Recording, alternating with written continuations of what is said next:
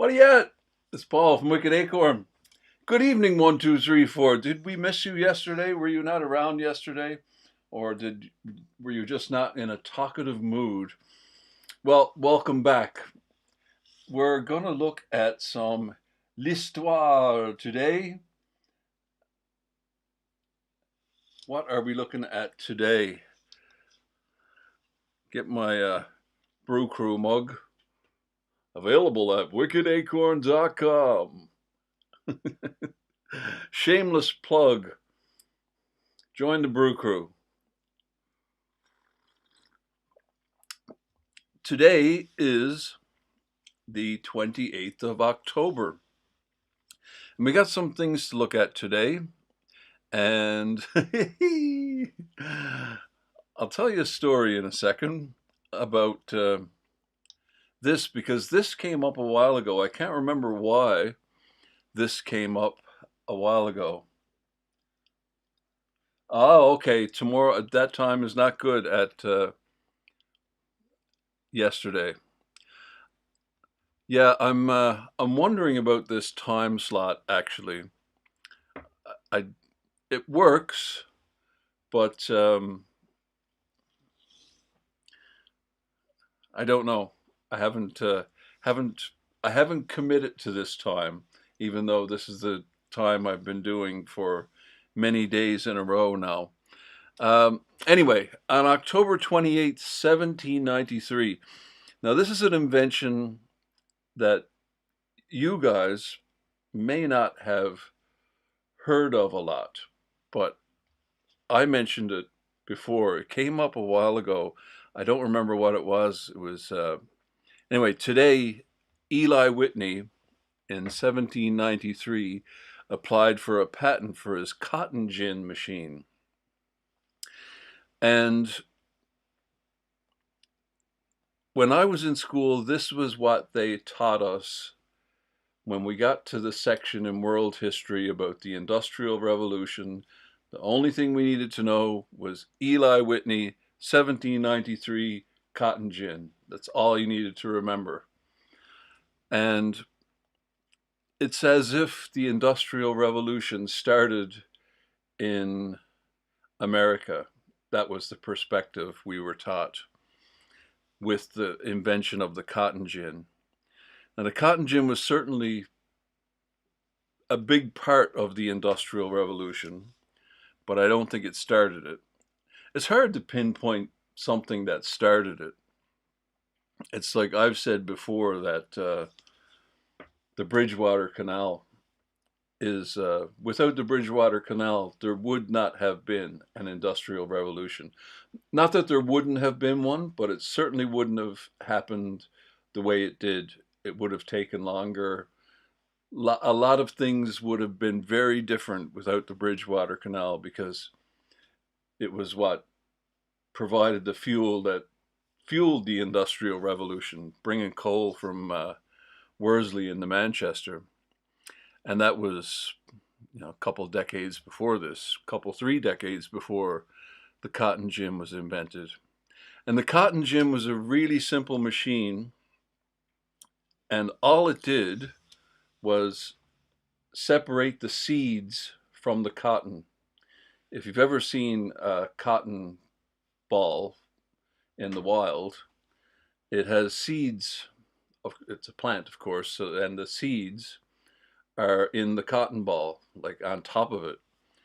And you have to separate the seed from the cotton to use the cotton. And that was done by hand. So somebody had to pick up each cotton ball many times, but pick up a cotton ball and pluck the seeds out of it 800 billion times a day, or however many however many times a day you can imagine. Um, and of course, that was all done by slave labor. And the cotton gin, when the cotton gin was invented, they thought it was going to be the end of slavery, because you didn't need slaves anymore. And that's the way it worked for a period of time, you didn't need as many slaves because you didn't need people to pick seeds out of the cotton. And it worked that way for a short period of time, not too long, because of course, when they could produce more cotton, they could make more cotton. So it was supply and demand. So then they needed to grow more cotton because the mills wanted more cotton. Because the mills could get more cotton, they upped their production, and now the cotton production had to go up, so they had to plant more cotton, and on it went. So it actually increased slavery in the southern states and led to the Civil War and the cotton famine and all kinds of things that really had a big effect on the world, and especially the northwest of England. I got a little video here of the cotton gin, and I'll just show you the machine.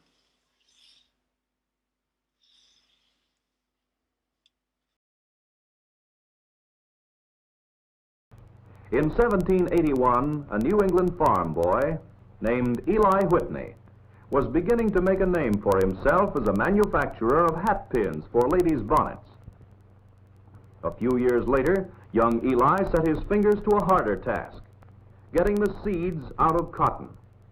For thousands of years, the only way to separate cotton seeds from cotton fibers had been to pull out the seeds by hand, a slow, costly, tedious task. In 10 days, Whitney developed the model of a machine that was to revolutionize the cotton industry. The cotton gin was a simple device, but it took the seeds out of cotton, and that was what the South had been waiting for. Some of the southern states voted Whitney a royalty for his invention, but he had to spend most of his money to defend his rights in marketing the new cotton gin. Those who had started to emigrate from the South in search of a better opportunity learned of the new machine and took new hope. The value of cotton land trebled overnight. All over the world, the impact of this simple invention was felt almost immediately. Eli Whitney put together a few boards and rollers and gave the world a giant industry. Cotton was king. Never before had anyone removed seeds from cotton so quickly and easily and surely. Never had anyone dreamed that a machine could do so much.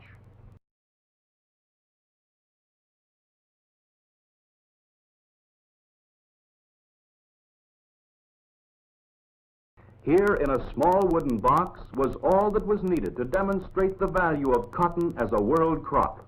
The principles employed in Whitney's first machine have been retained in the modern cotton gin. Inside the gin, the cotton falls through the hopper and hits a grid where it comes into the path of revolving teeth. The teeth grab the fibers and pull them through the narrow openings of the grid. The seeds are larger than the openings. They can't pass through. They fall to the floor. The fibers are swept off the revolving saw teeth and out of the gin.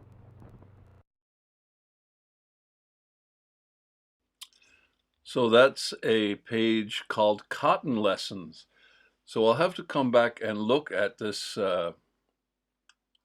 channel, Cotton Lessons, because there's lots of things to learn about cotton in this part of the world. And so let's give them a like. Cotton Lessons. I'm going to have to see what else they have on their channel there.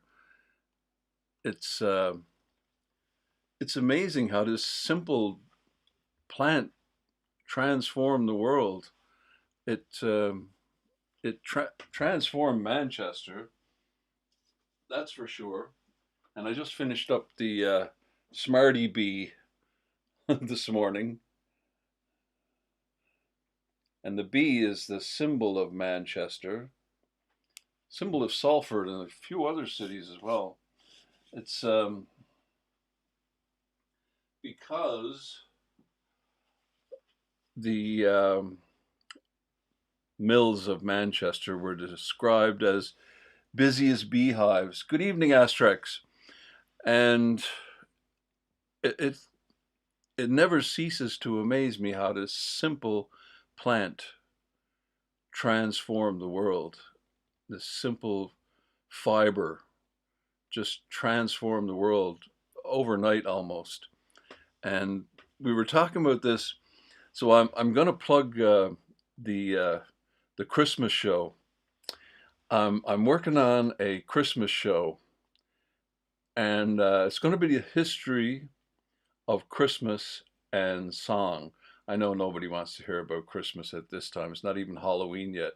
And that's what I've been doing all day, working on the Halloween video. And that'll be out very soon. Halloween is very soon, so it'll be out very soon. And nobody wants to hear about Christmas, but I'm working on a Christmas show, and it'll be coming to a venue near you somewhere. And if you have any thoughts on it, let me know. But before I started working on the Christmas show this year, I was thinking on another show of history. And Ewan MacColl came to mind. So I'm working on a show that is song and history.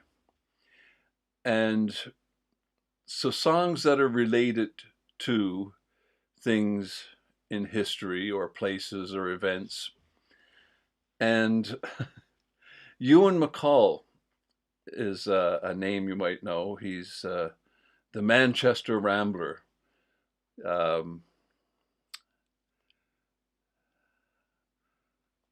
It's a song I was sort of familiar with before I came here. In the the folk clubs and things, you'd hear somebody sing Manchester Rambler occasionally. But he formed a folk club, and part of their thing in the folk club was that you could only sing songs from where you were from. So if you were from England, you could only sing English folk songs. If you were from Ireland, you could only sing Irish folk songs, and so on. If you were from the Czech Republic, you could only sing Czech folk songs. When you showed up at folk night at wherever Ewan MacColl and his wife Peggy would hold their folk night, you were only allowed to sing songs where you were from. So I'm going to try to hold to that mantra of that. And this song came to mind. And we were talking about it. I thought of it putting this song together, this video together tonight. And I've never played this song before. I went through it once, and I've never played it before. I've never really listened to it, but it's in my brain. It's, in my head. I remember it from childhood. I think it came out in 1971. And it's a song about a cotton mill by a Canadian artist. See, I'll sing a verse of it and see if you can figure out who it is. I'm not going to do this well because I have had no practice whatsoever. My thumb is still really sore. I don't know what I did to my thumb.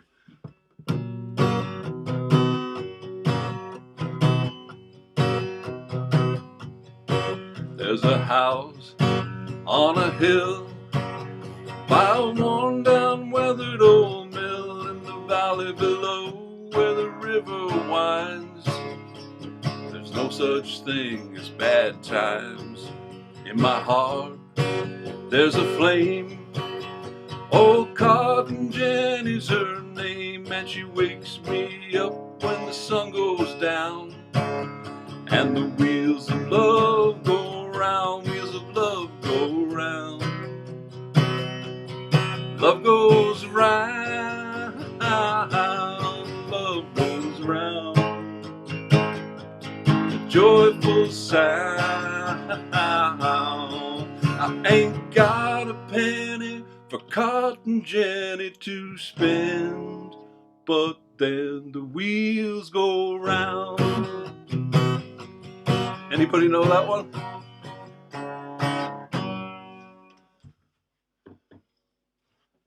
It's by a Canadian artist. Have I lost everyone? I didn't tune the guitar. The guitar is horrible.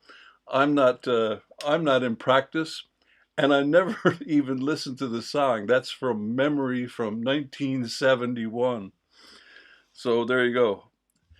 And Cotton Jenny is the name of the song, obviously. And it's a Canadian artist. And it's all about this guy that works at a cotton mill. And his wife's name is Jenny, Cotton Jenny. Do you know that song? It was quite a big song in Canada. Canadian artist, obviously.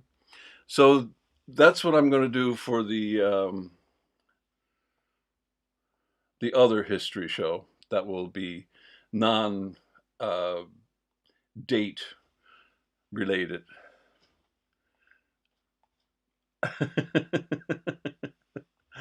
Okay, thanks, Astrax. uh, it's a song by Gordon Lightfoot. He had a couple of big hits. If You Could Read My Mind, Sundown was another big one in the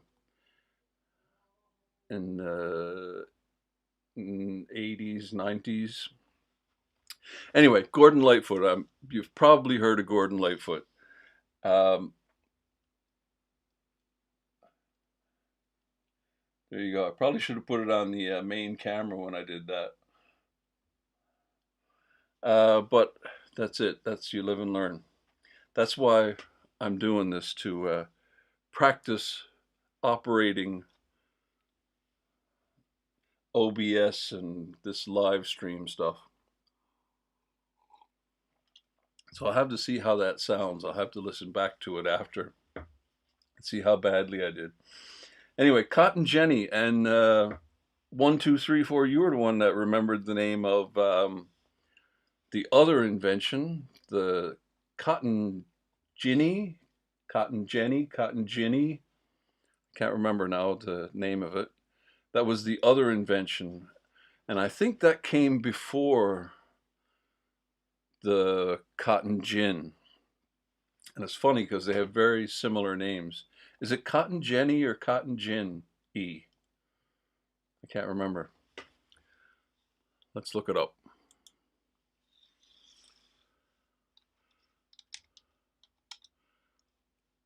Cotton Jenny? It's going to give me that song.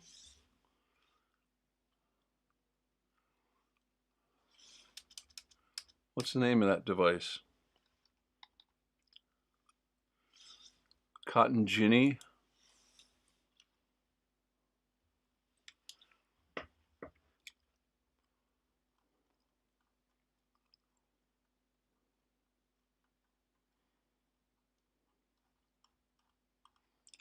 It's like a spinning machine, isn't it?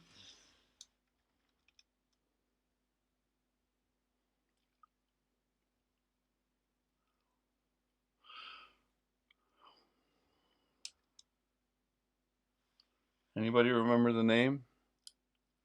Cotton Gin.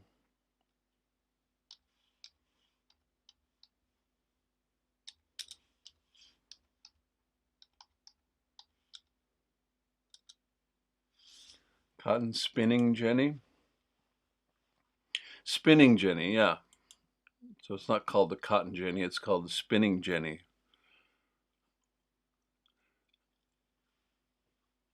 The Spinning Jenny is a multi-spindled spinning frame and was one of the key developments in the industrialization of textile manufacturing during the early Industrial Revolution. It was invented in 1764. Yeah, so that's before. When was 1793? is Eli Whitney. So this machine made the demand for cotton higher. And then the cotton gin made the supply higher. So that whole economics thing of supply and demand, right? Uh, James Hargreaves and Stan Hill, Oswald Twistle, Lancashire. I've been to his house, and there's one of these machines in his house. It's one he made, but not the first one he made.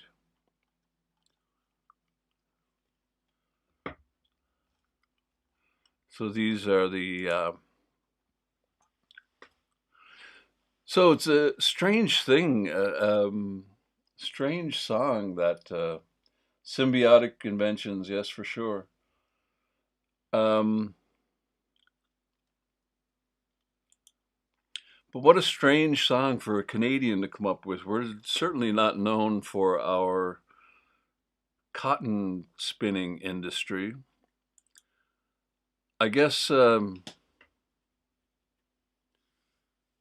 Gordon Lightfoot was trying to, get into the American market with the song. And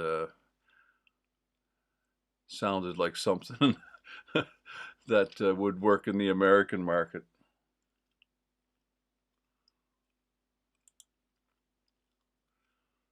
These are different ones. So the spinning Jenny, not cotton Jenny. But a clever little name that Gordon Lightfoot came up with there. So let's go back to our This Day in History, because there's a bunch more that came up. So yeah, if you can think of any other songs like that, I have a whole list of Canadian songs.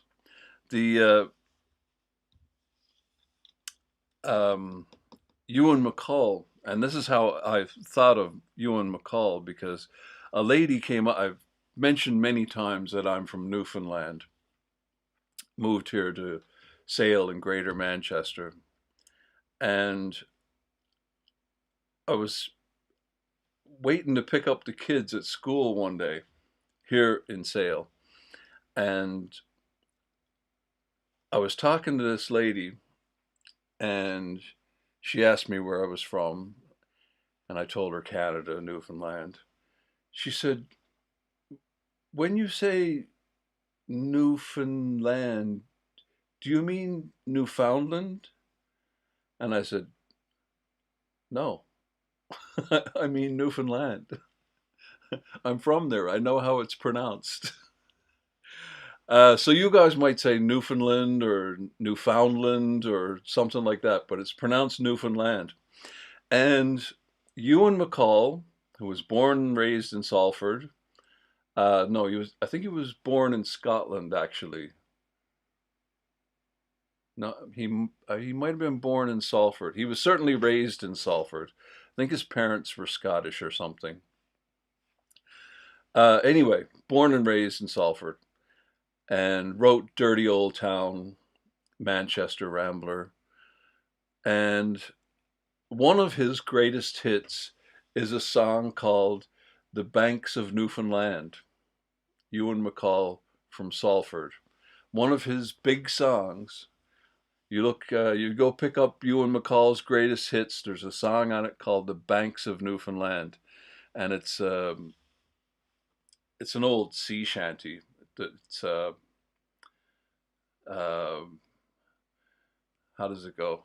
"Me bully boy, you bully boys of Liverpool, I have you to beware. When you sail on them packet ships, no dungaree jumpers wear, but have a big monkey jacket all ready to your hand, for there blow some cold nor'westers on the banks of Newfoundland." And he says it correctly. So if Ewan MacColl from Salford can get it right, you can too. Newfoundland. Yes, his name was not Ewan MacColl. He was born uh, Jimmy McNichol, um, which is also a Scottish name. Or what was his name? Jimmy McNichol, I think was his name. Oh, I don't remember. Let's see.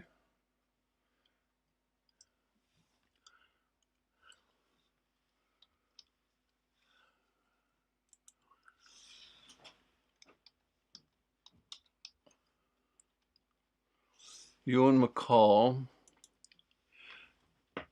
Miller. James Henry Miller. So he was born as James Henry Miller, and he changed his name to Ewan MacColl. Um, Better known by his stage name, Ewan MacColl, was a British folk singer-songwriter, folk song collector, labor activist, and actor born in England to Scottish parents. So he was born as Jimmy Miller, but he changed his name to Ewan MacColl. And he married Peggy Seeger, the sister of Pete Seeger, who you might remember from the all the protest songs back in the early 60s, late 50s. And she's still alive. She's still performing, I believe. Peggy Seeger. Um,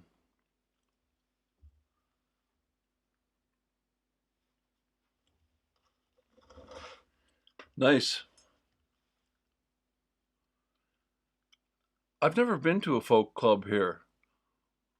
I should do that. Yeah, she's still alive apparently, aged 90, and I believe she was going on tour sometime this year. So God love her.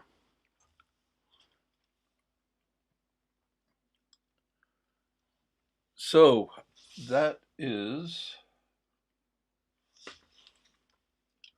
what else we got here? Bunch of other inventions today. We got Michael Faraday, 1831.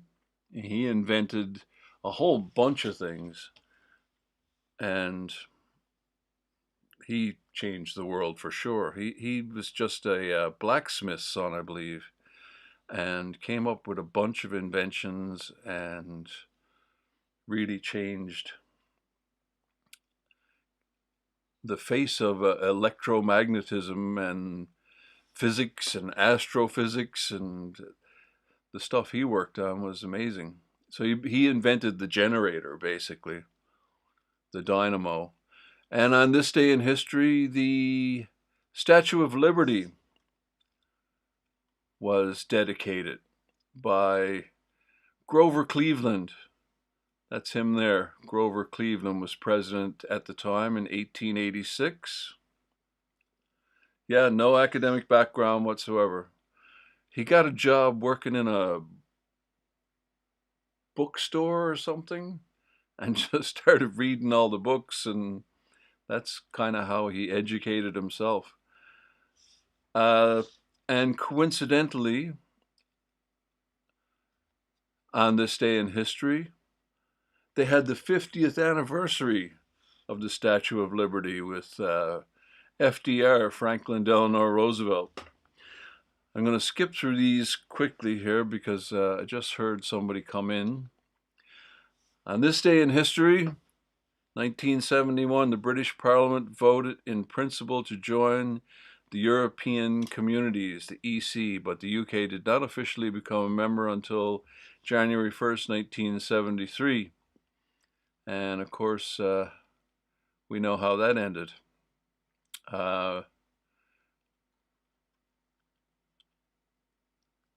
2016 referendum, the UK officially withdrew from the European Union on January 31st, 2020, ending its 47-year membership. And I like this. Apparently, the Manchester Guardian didn't find out until the next day on October 29th. This one I found really interesting. I have to look into this one. In 1971, this day in history, the United Kingdom became the sixth nation to launch a satellite using its own carrier rocket, a fact marked by the launch of Prospero satellite. This achievement, however, was quickly overshadowed by the UK government's decision to cancel its domestic launch program. So that's really interesting. So 5 nations did it before the UK. What were they? The US and Russia. Who are the other 3 that did it before the UK? It's interesting that the UK was not, I guess they were involved in the American space industry and didn't concentrate on their own so much. Another invention that changed the world, Claude Niepce, I don't know how to say that, Niepce, with the little squiggle over the first E, was a French inventor who, with his younger brother, the same name, Nice Farrow, I can't pronounce that, I don't know how you say that name, created the Pyrophore, one of the world's first internal combustion engines. So I guess he's the guy credited with inventing the internal combustion engine. That was this day in, is that this day in history, or is it his birthday today? I think it might be his birthday today. Birth and family. Yes, he was born today in 1764. This is a funny one. Do you remember the song Popcorn? How did it go? It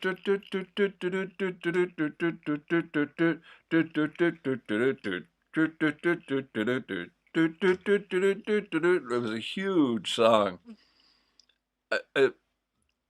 I didn't hate it, but it was everywhere back in, when was that? Anyway, this guy, it's his birthday today. Gershon Kingsley was a German-American composer and electronic music pioneer. So he was one of the first guys to start using the Moog or Moog synthesizer, the first synthesizer in music. Classically trained conductor and arranger, he became famous for his instrumental composition Popcorn and his groundbreaking use of the Moog synthesizer. He escaped from Nazi Germany in 1938. So that's a blast from the past. You look at the album here, the songs are just hilarious.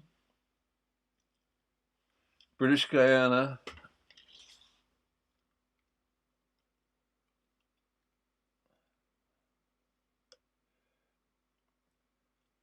and South America.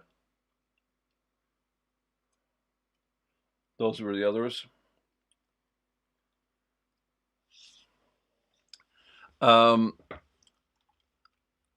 First Moog Quartet.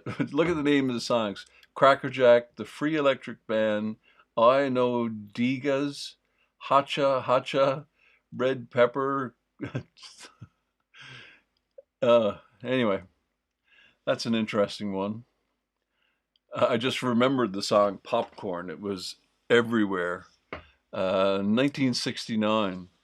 And it hung on for a lot longer than 1969, let me tell you. Song became a massive global hit in 1972 after being covered by the band Hot Butter. Oh, I wonder which version I know. Probably the Hot Butter one. Anyway, the guy that wrote it was born this day in history. And another guy born this day in history is Hank Marvin. Hank Marvin Were you listening to Popcorn recently? It's Hank Marvin's birthday, October 28th, 1941. And of course, we know Hank Marvin. I hope we know Hank Marvin with the Shadows, Apache, Foot Tapper. Born in Newcastle upon Tyne, he is widely considered one of the most influential guitarists in British rock and roll history, inspiring many other musicians. Many other musicians. Significantly influenced guitarists like Jeff Beck, Richie Blackmore, George Harrison, and that's just the ones that are named here. There's many more than that. Mark Knopfler. God, I've heard so many people credit Hank Marvin for them picking up a guitar. So many. Eric Clapton. And Hank Marvin was the start of rock and roll in this country, wasn't he? Rock and roll guitar. This guy here, I have a vague memory of this guy, Wayne Fontana. Anyway, he was born in Leavenshume, Manchester. And I have a vague recollection of this band. I'll have to have a listen to it later. The Mindbenders. Was that one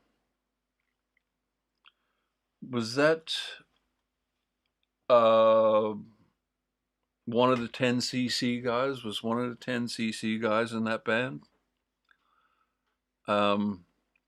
Anyway, it's his birthday today as well. And that is about all I can tell you about this day in history. If you got any local history stories, leave a comment.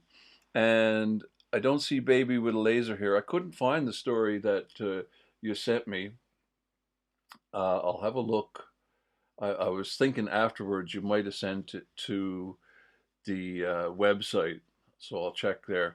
Not a good place to send correspondence because it's more for, ordering things from wickedacorn.com. You can send it there by all means. It's wickedacorn@gmail.com is the best place to send any